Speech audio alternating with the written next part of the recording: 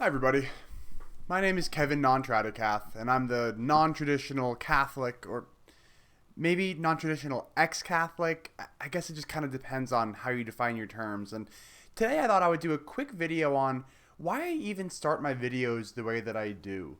Um, I will talk to Catholics, and depending on how I present myself, I find that I get rather different responses.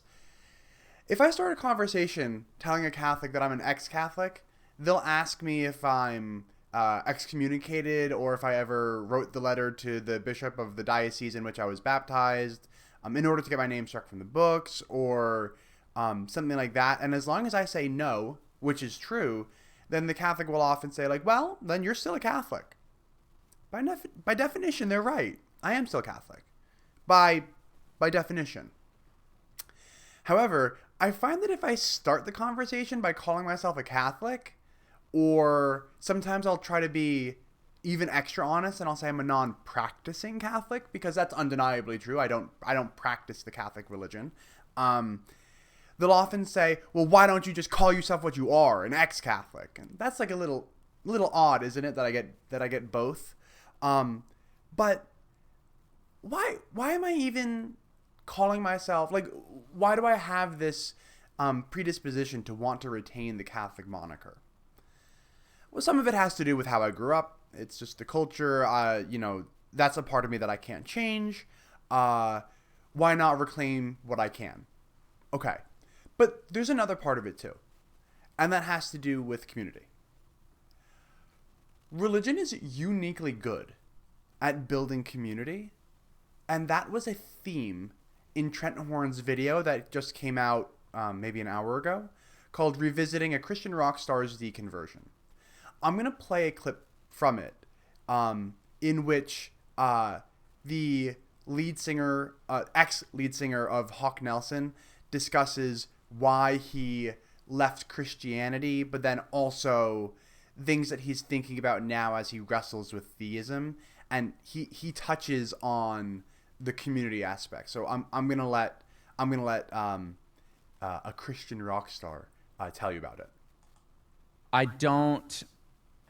The ability for religious communities to be cohesive and to form communities where people really have something to gather around is pretty hard to replace. Yeah, it is hard to replace. If I did exactly what I did in my life, so just, the brief summary is that I got married when I was 22 and promptly moved 800 miles away across the country into a new time zone.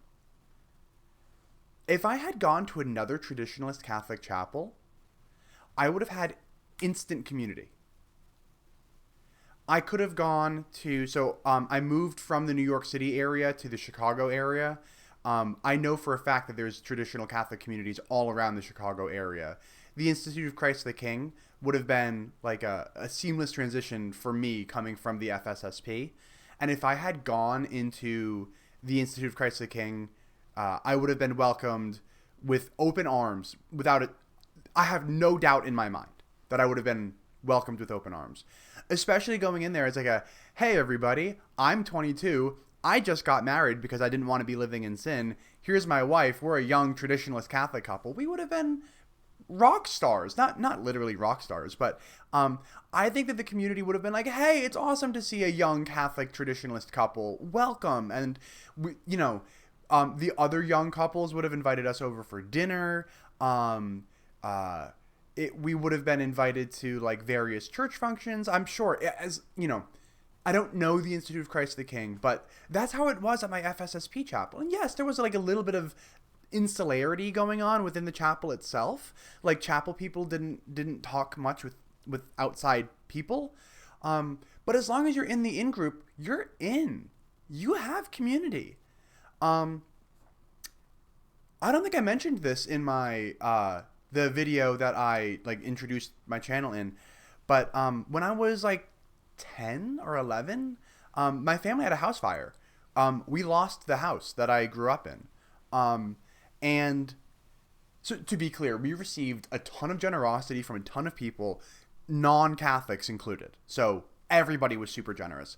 But the chapel community, the second that anybody heard about it, they were dropping off meals at the place that we were staying. So I stayed with my cousins for 1 week. Then we moved into like a rental. We lived there until our house was being rebuilt, and then we moved into our house once it was like rebuilt enough. But for a long period of time, like, you know, we didn't have access to all of our cookware and stuff like that. So dropping off meals, dropping off clothes, because secondhand clothes are like a staple of the traditionalist Catholic community. Dropping off like board games and albums, like, this was long enough ago that I still had a Walkman. So people were dropping off like CDs so that I could listen to music, and they knew what kind of music I liked. So they would drop off like Beatles and Bon Jovi and stuff like that.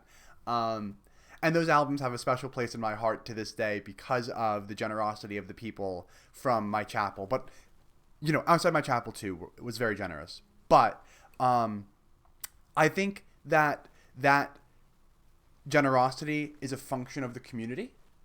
And I think that the community is a function of the religion.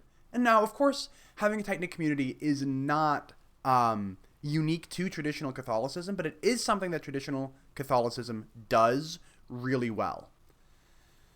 And the secular community doesn't do this very well. They go on to discuss it in the video here, so I'm going to let the conversation continue between John Steingard and Trent Horn, because John does go on to talk about secular community or the lack thereof. Mm-hmm.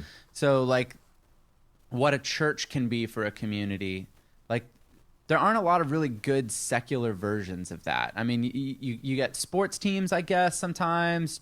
Schools, AA, I think, is a good example of, like, it's actually probably the best example of like a secular. But that's one. And I think John just hit the nail on the head. So I don't think that sports communities. Okay, I don't like sports. I think sports are boring. I like playing them, I suppose. Like, I like to play games, but I don't like watching them. I don't care much for teams. I also live in Kentucky now, which doesn't have a single professional sports team. I don't think. Not a single one. Whatever. I live in Lexington too, so like we're all about the University of Kentucky. Like we Lexington goes to University of Kentucky football games and University of Kentucky baseball games. I don't go. I don't care for sports. But I don't think that sports communities are the same way. Like if so I grew up close to New York. My family was big Mets fans. So I didn't see anybody reaching out to me being like, "Oh man, you guys are Mets fans? We're gonna bring you dinner because your house burned down." That doesn't happen. like between fellow Mets fans, I mean, I don't know. People who are from other areas, tell me if it's different for you. But Mets fans don't have that kind of community. Y'all show up to the same, baseball stadium and you root for the same team, and then you all go home and you don't talk to each other. Maybe you'll talk to each other online about sports, but you're certainly not like building a community around sports. At least that's my impression of it. But I think that the AA one is actually kind of good.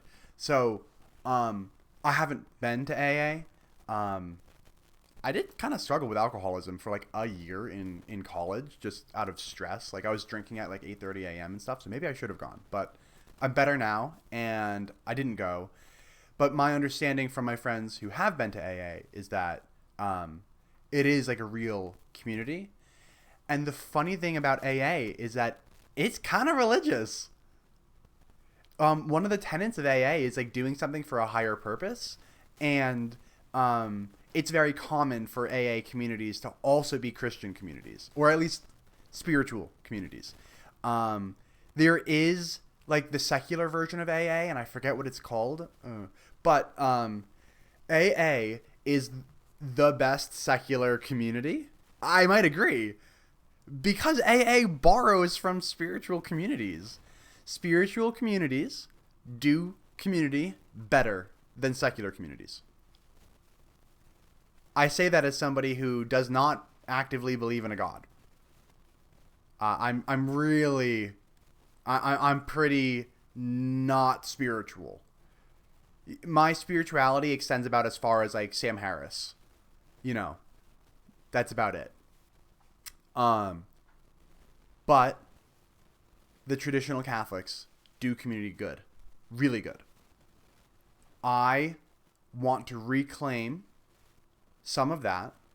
And if there's a way that we can reclaim the community aspect without also claiming the rest of the baggage, and I'm not only referring to like belief in a God and like submission to a pope, I'm also talking about the QAnon adjacent part of it and the anti-Semitic part of it and, all of that.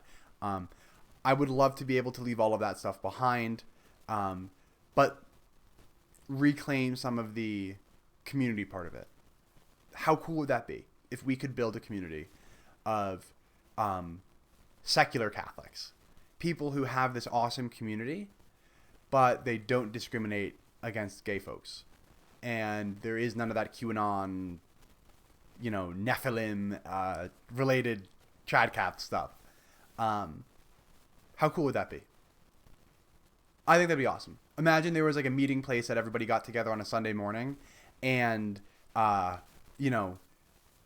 we had breakfast together every Sunday morning, and we I don't know, readings from whatever holy book you want, or no holy book at all, and maybe you just go do good deeds together, or whatever. How cool would that be if we could build a secular Catholic church? There are so many good things about the Catholic Church. The community building aspect is only one part.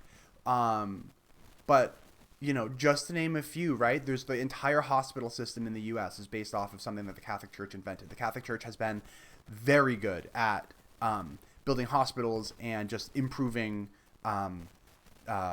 medical facilities across the whole globe. Education. The modern education system is like a direct product, pretty much, of the Catholic Church. And I think that's awesome. So imagine we could take all of these really valuable parts of the Catholic Church and just remove the not valuable parts. If it's no value add, get it out of there. I think that'd be super cool, and I think that the world would be a better place with an organization like that. But if nobody identifies as a secular Catholic, then it's never going to happen.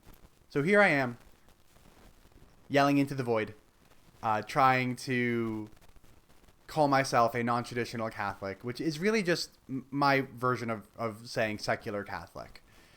So I'll keep yelling into the void, calling myself a secular Catholic, recognizing the good that the church does while rejecting the bad that the church does, and also just rejecting what I think is not true. And we'll see if I get anywhere. And if I don't, it won't be for lack of trying. So, with that, thanks for listening to my little rant today. I've been Kevin Non-Tradicath, the non-traditional Catholic, maybe ex-Catholic, kind of depends on how you define your terms. And until next time.